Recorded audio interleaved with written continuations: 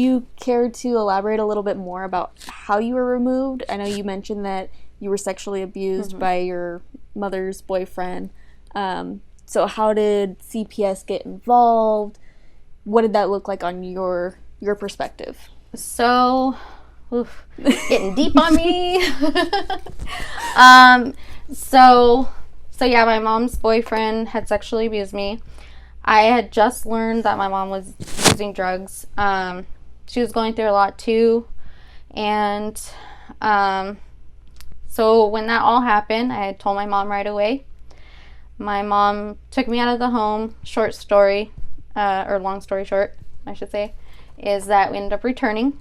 My mom, I guess, didn't have anywhere for us to go. Kind of said like, oh, I'll put a lock on your door. But we were coming back.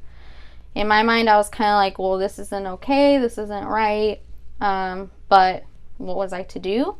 So I ended up telling somebody else. That's kind of how CPS got involved. Was that person was a friend of the family, I guess, and told her mom. And then she called CPS or made a police report. I'm not too sure how that went down.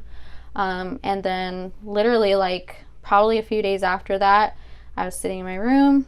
CPS came in and basically said, let's go. And we were just kind of like, what's going on? Because I wasn't the only child in the house.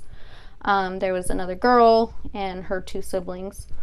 So we were kind of all shocked and just like, well, why? Like what, like I didn't put two and two together. I didn't know like how things like that were handled. So I wasn't too sure. They took us to the town's elementary school and basically had a social worker question us and talk to us. And then we went to the CPS offices. And then from there, it was just kind of like waiting. We got a blanket and a bag. And then we all kind of went our separate ways. I got placed in the first foster home that I was in. And that's kind of how it started. And then there was multiple times where we had to go sit with the social worker, go over things on what was going on. Went to court a few times. So did they let you like pack a bag or anything like that? It was just you in whatever you were wearing? Yeah.